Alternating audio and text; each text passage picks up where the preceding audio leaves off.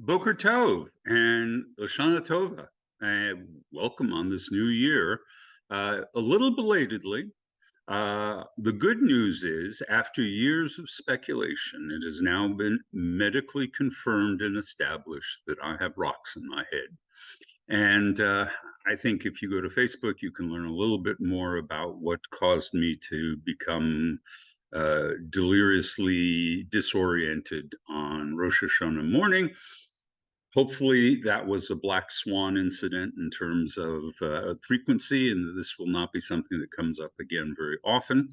But I know that many of you are missing out on that extra 30 minutes of reading Torah that came during the Rosh Hashanah service. So, in order to fill that gap, in order to give you those 30 minutes back, I'm going to read the Torah portion and offer a brief commentary on it. And if you feel so inclined, you are welcome to watch this. And in addition, I will include the very, very short devar that I'm always required to give before the president's speech.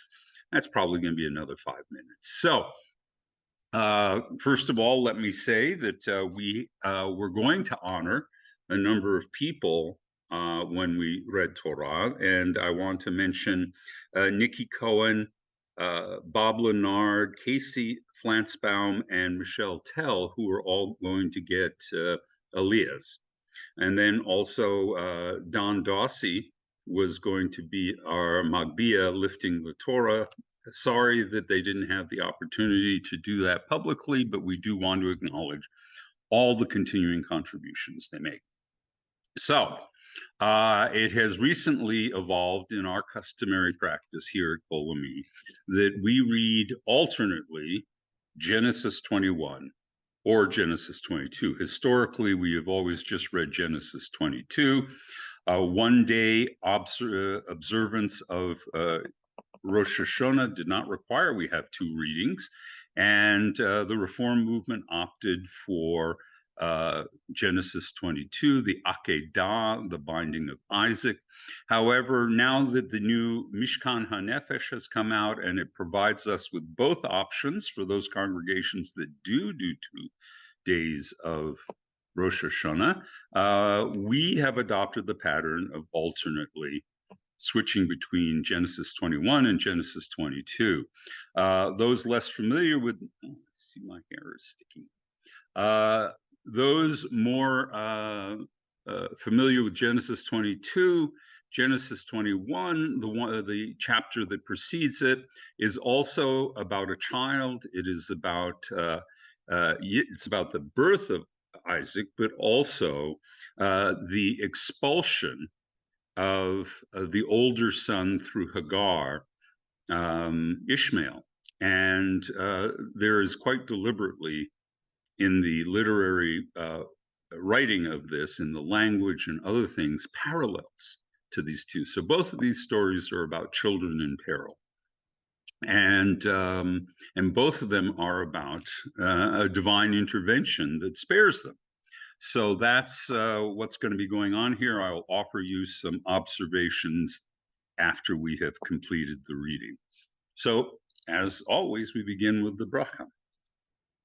Baruch hu et Adonai hamvorach, Baruch Adonai hamvorach le'olam va'ed, Baruch Adonai hamvorach le'olam va'ed, Baruch atah Adonai Eloheinu melech haolam, asher bachar banu mikol ha'amim, v'natanu et Torato, Baruch atah Adonai noten ha'Torah. Amen. V'Adonai pakad et Sarah ka'asher amar v'yas Adonai l'Sarah ka'asher diber. V'tahar v'teled Sarah l'Avraham ben l'zikonav l'moed asher diber oto Elohim. V'yikra Avraham et shem beno hanolad lo asher yalda lo Sarah Yitzchak.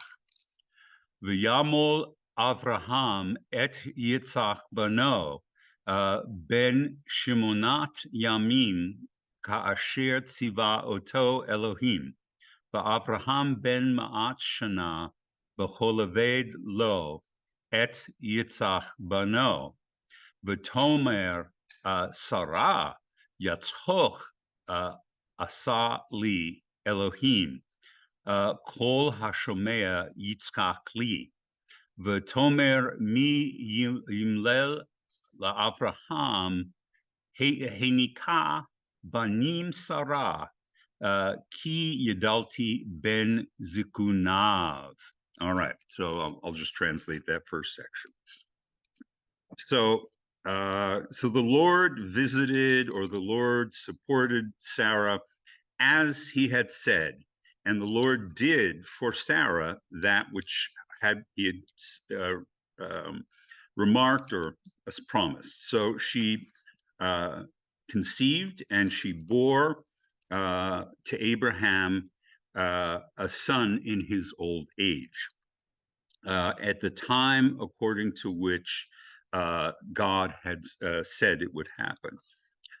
And Abraham called the name of his son, the one that was born to him, which Sarah bore for him, Yitzchak. And that's the key word in all of this. The word Yitzchak is derived from the verb to laugh.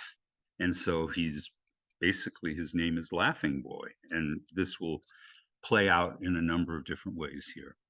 I'm sorry.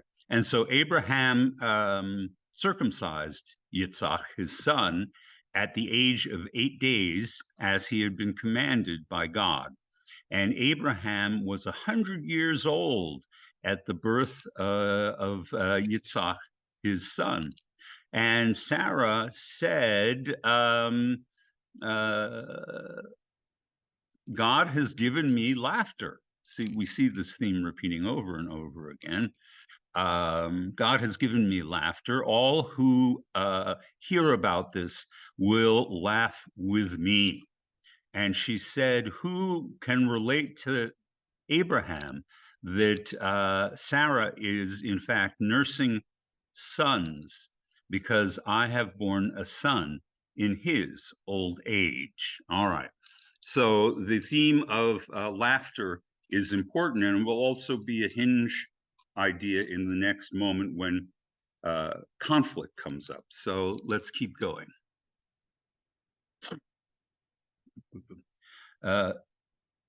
V'yigdal hayeled v'yigamal v'yas Avraham mishte gadol b'yom higamel et Yitzchak v'terei Sarah et ben Hagar hamizrit asher yalda la'Avraham mitzahech v'tomer la'Avraham garesh ha'ama hazot v'et bana ki lo yirash ben ha'ama hazot im beni im Yitzchak.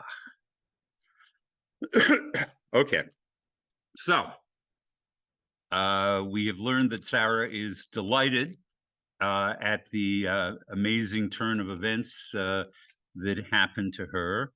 At the same time, we are told that Abraham throws a party for the weaning of Isaac. Apparently, once he starts eating solid food, it's a point of celebration. And so he threw a big drinking party for that. And then while that is going on, Sarah observes the son of Hagar, the Egyptian, that she had born to Abraham, Mitzachech. He's playing. Now, this is a play on the word laughter. What's going on here? Because what she's going to go on and say is, and so she says to Abraham, banish that maidservant and her son, because he will not inherit, or the son of that maidservant will not inherit with my son, with Yitzchak. So what triggered this? What brought this on? There have been many attempts to interpret what it means to say that Yitzchak was or not Yitzchak, Ishmael was playing. Was he bullying the 3-year-old Yitzhak? Was he doing something sexually inappropriate? You can derive examples of a couple of different things from the use of the term playing in other parts of the Hebrew Bible. But I think the key was first argued by the modern biblical scholar Nahum Sarna, who said that what it meant was he continued to play as if he were Isaac, meaning that this young man still expects to be the elder son and the primary inheritor of Abraham's legacy and property. And this is what sets off Sarah. Is we know in the Torah, which has not yet been given, but that it was conventional to give a double portion to the eldest son. So she feels threatened by the fact that this young man does not recognize that his younger brother has in effect supplanted him. And so she decides she's going to act unilaterally to ensure that there won't be future conflict. I think that's the best possible explanation for what's going on here. So Abraham's reaction, on the other hand, is quite different.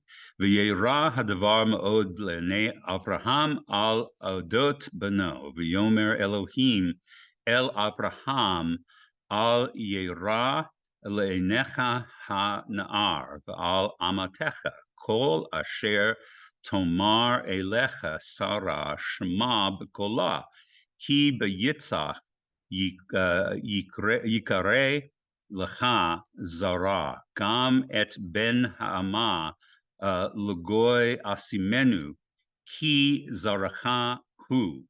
All right. So Abraham, we would say from a modern perspective, understandably, is upset by what is happening here. The matter was tremendously vexing to Abraham on account of his son, and that being Yishmael. And so, but God says to him, don't be vexed, rather regarding the boy or regarding your maidservant, everything which Sarah says to you, you should do. Because it is through Yitzhak that he will be called your seed. But also know that the son of the maidservant I will establish as a people. He will thrive and become the founder of a new people because he is also your seed. All right. So apparently God has a plan that Abraham is not aware of, and somehow Sarah, intentionally or unintentionally, is fulfilling that by sending him out and giving him an opportunity to form his own clan and his own community. But things could still go awry between the lip and the cup. All right. So what happens? And here we see something that is already occurring, and that is that the language between this portion and the Akedah parallels a great deal. The author is aware that he's telling two versions of a child in jeopardy story, and so he mimics the language in both of those stories. So here it comes. V'yashkem Avraham b'boker v'yikach lechem v'chemet mayim v'yitain el Hagar sham l'shichma v'et hayeled v'yishalch hecha v'telech v'teta b'midbar ber sheva v'yichlu hamayim min hachemet v'yashlech et hayeled tachat echat ha-sechim v'telech v'teshev la mineged harchem kim tachavi, kim tachavi keshet ki amra al yere b'mot hayeled the Yeshev Mineged Visa et Kolah the Tevech. Okay, so now we get to a moment of profound pathos. She has been removed from the camp. So this is how it goes. Again, mirroring the language of chapter 22. And so Abraham rose early in the morning, and he took some bread, and he took a water bottle, probably a skin of water, and he gave it to Hagar, and he placed on her shoulder the child, and he expelled her or sent her, and she went and she wandered in the wilderness of Beersheba. So she is adrift in the world. And when the water finally ran out from the bottle, she placed the child underneath one of the bushes. And this, again, alludes to the bush that would be salvific in chapter 22. And so she then turns around and she goes and sits a distance from wherever the child is located, something equivalent to a bow shot. That's a foreshadowing, because she said to herself, let me not witness the death of the child. And so she sat there from a distance and she raised her voice and she cried. And now, again, mirroring the language of 22, God intervenes. V'yishkam Elohim et kol hana'ar v'yikra malach Elohim El Hagar min hashamayim v'yomer la ma lach Hagar al tiri ki shema Elohim et kol hana'ar asher hu sham kumi si et hana'ar v'hachaziki et yadech bo ki lagoy gadol asimenu v'yifchod Elohim et eineha v'tere ber mayim v'telech v'timalel et timaleh et hachemet mayim v'tishch et ha'na'ar v'yihi Elohim et ha'na'ar v'yigdol v'yeshev b'midbar v'yihi rovei kashet v'yeshev b'midbar paran v'yikach lo imo isha me'eretz Mitzrayim. All right. So here's the intervention, just like in 22. And so God heard the voice of the child, and then a angel of God, or a manifestation of God, called out to Hagar from the heaven and said to her, "What's up, Hagar? Don't be frightened, because God has heard the voice of the child." Apparently, the child was crying. That isn't completely clear. There's a little slippage here between what we've been told and what's happening. Therefore, and because of where he is now, little excessive, but we're not even going to try and explain it at this point. Rise and take up the child and hold him in your hand firmly, because I intend to make him a great nation. And God opened the eyes of Sarah, of Hagar, just like he opened the eyes of Abraham. And she saw, oh, there's a well of water. Apparently it was there the entire time, but she wasn't aware of it in her distress. So she went and she filled the bottle of water, and she drank and gave it to drink to the child. And then Elohim caused the child to grow and to settle in the wilderness, and he became a very competent bowman, going back to that reference to a bow shot as foreshadowing. And so he dwelt in the wilderness of Paran, and his mother found for him a wife from the land of Egypt. So Ishmael is saved, Hagar is saved, and they start carving out a new life for themselves in the wilderness of Paran. All right. So, let me finish with the blessing, and then I'll give you a very short observation about this. Baruch atah Adonai Eloheinu melech haolam asher natan lanu torat emet v'chayei olam nata b'tochenu. Baruch atah Adonai noten haTorah. Amen. All right, there's many ways we can go with all of this. We can talk about the specialness of Abraham. We can talk about how Abraham seems to have a consistent problem chapter to chapter in dealing with domestic conflict, that he may be a great moral hero in other levels, but he's just not a terribly good family man. There's all kinds of ways to go, but I'm going to tie this to a contemporary thought.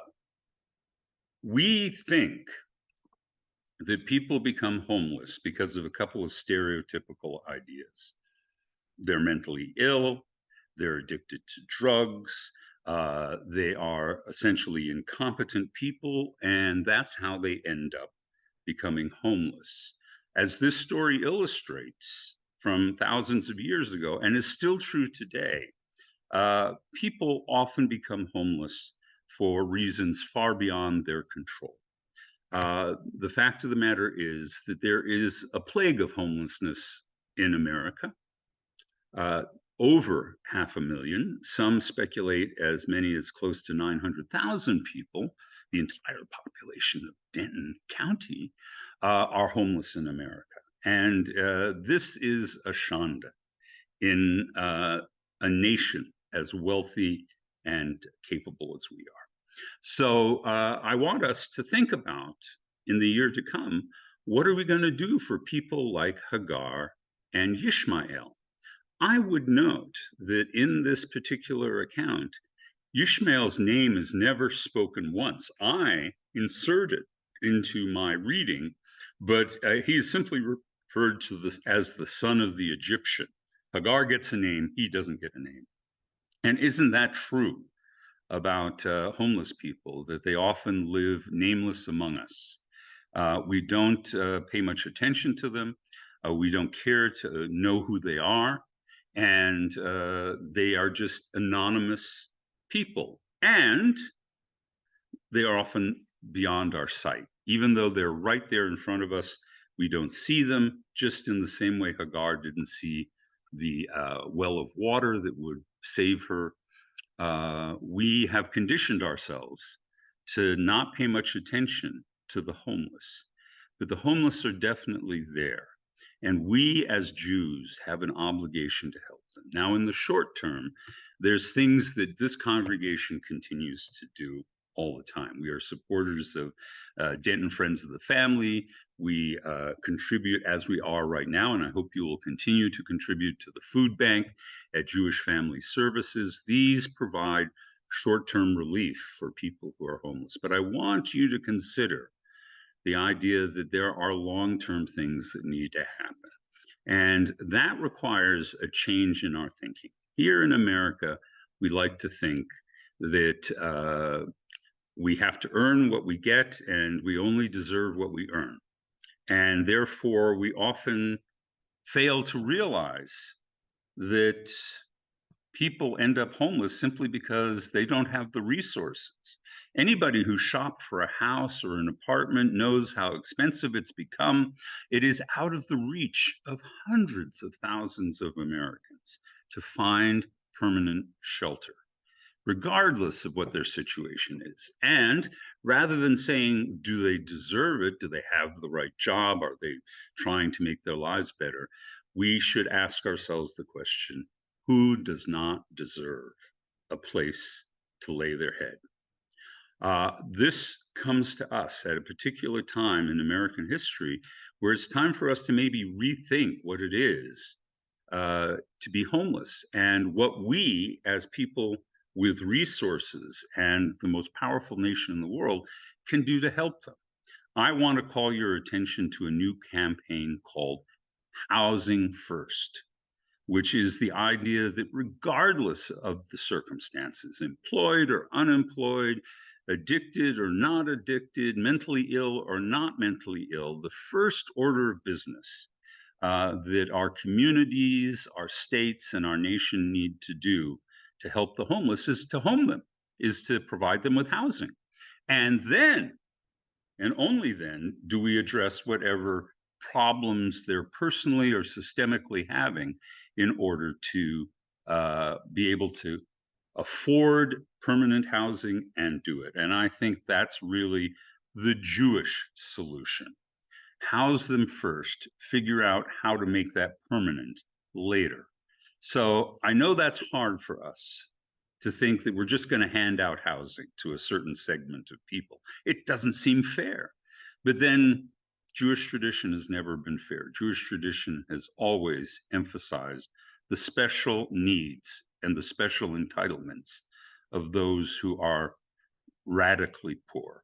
So I think this year, what we can take from Genesis 21, from the story of Hagar and Ishmael, is that homelessness is something that happens and has always happened to human beings. And it's incumbent upon us, in the image of God, to intervene and to help take them out of jeopardy and make their lives better. With that, we're going to pause, and I'm going to clear this away, and I will share another little devar with you.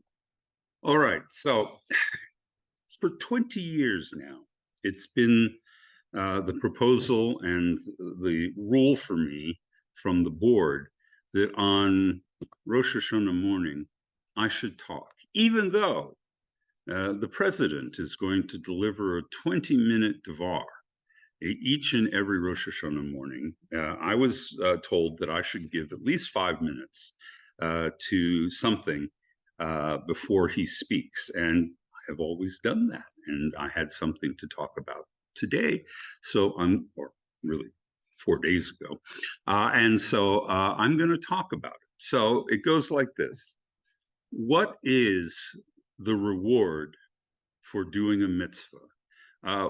What reward can we expect for doing the right thing, for doing the kind thing, for doing tzedakah, or helping someone out, or something like that? And actually, Jewish tradition doesn't have one voice on that particular question. So if you look at the book of Deuteronomy, it will assure you that if you do certain mitzvot and honor God, your cattle will breed in their season and produce healthy offspring. You'll have good harvests, and all kinds of good things will come your way by performing mitzvot.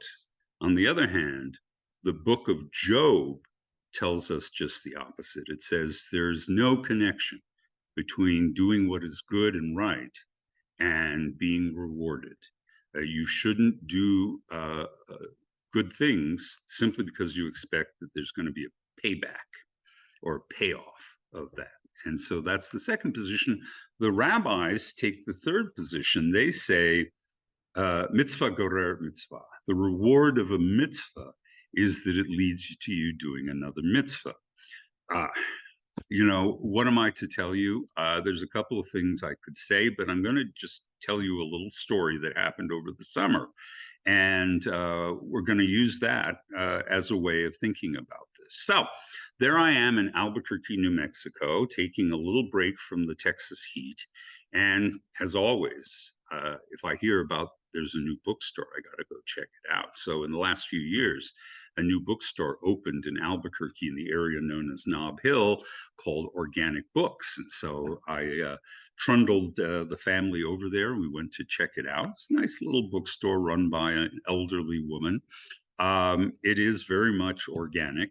Most of the books in there are kind of crunchy, very sort of Santa Fe, New Mexico focused sort of folks. But I find my way back to the religion section, And I discover, lo and behold, there are some Jewish books, but most specifically, there are two copies of this Jewish book. Now, this Jewish book, American Reform Responsa, Jewish Questions, Rabbinic Answers, is not a terribly popular volume. All right, it's very interesting, and I would encourage people to read Jewish Responsa. They're interpretations of what we should do under given circumstances that may have never come up before. But this book would be mostly of interest to other Reform rabbis, maybe some conservative rabbis, maybe some very, very Jewish law-oriented lay people. So this is not a bestseller. And for her to have two copies of this just seemed like an unnecessary burden. So I thought to myself, you know, a little tzedakah disguised as transaction, I'll buy one. And I'll take it home. I already have one, by the way. There's one sitting on my shelf back in Texas.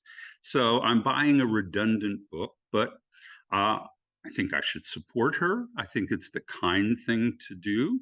And get one of these books that otherwise is probably never going to move off of her shelf. So I pick up the two copies and I start looking at them just to see which one I want. And then I discover, lo and behold, one of them has this. That is the signature of my first rabbinic teacher, Rabbi David Shore. He lived in Albuquerque. And I was delighted at the thought that I could own a book that belonged to one of my teachers. And suddenly, my intended mitzvah was rewarded. I get a little prize out of choosing to do the right thing. So I go immediately to this woman, I buy this copy, and I take it home. I have been rewarded for doing a little act of support of tzedakah to a small business person. And just to add to this, I get home and I bring it to the synagogue, and I go to my shelf where all of this kind of literature is sitting, and I notice, oh my gosh, this book, the one I owned, is missing. So it's a double reward. I recomplete my library with a book that belonged to my teacher, and I did a good deed in the middle of all of it. So that's fantastic. All right. But that doesn't mean that we're always going to get this kind of immediate satisfaction, this kind of personal reward out of doing the good thing, out of doing the right thing. The best we can hope for is a personal feeling of satisfaction that we did what was right, that we did what was necessary, and that is a reward in itself. So in that sense, the rabbis are right. But I also want to read to you something written by one of my teachers.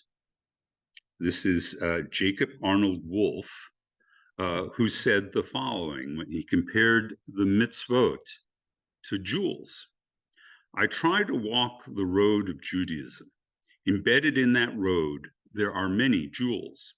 One is marked Sabbath, one is marked civil rights, one is marked kashrut, and one honor your parents, and another one you shall be holy.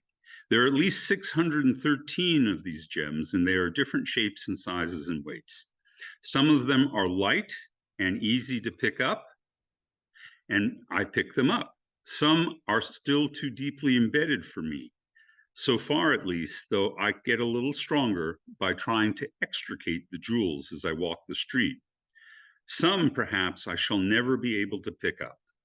I believe that God expects me to keep on walking Judaism's street and carry away whatever I can of its commandments. I do not believe that God expects me to lift what I cannot, nor may I condemn my fellow Jew who has not been able to pick up even as much as I can.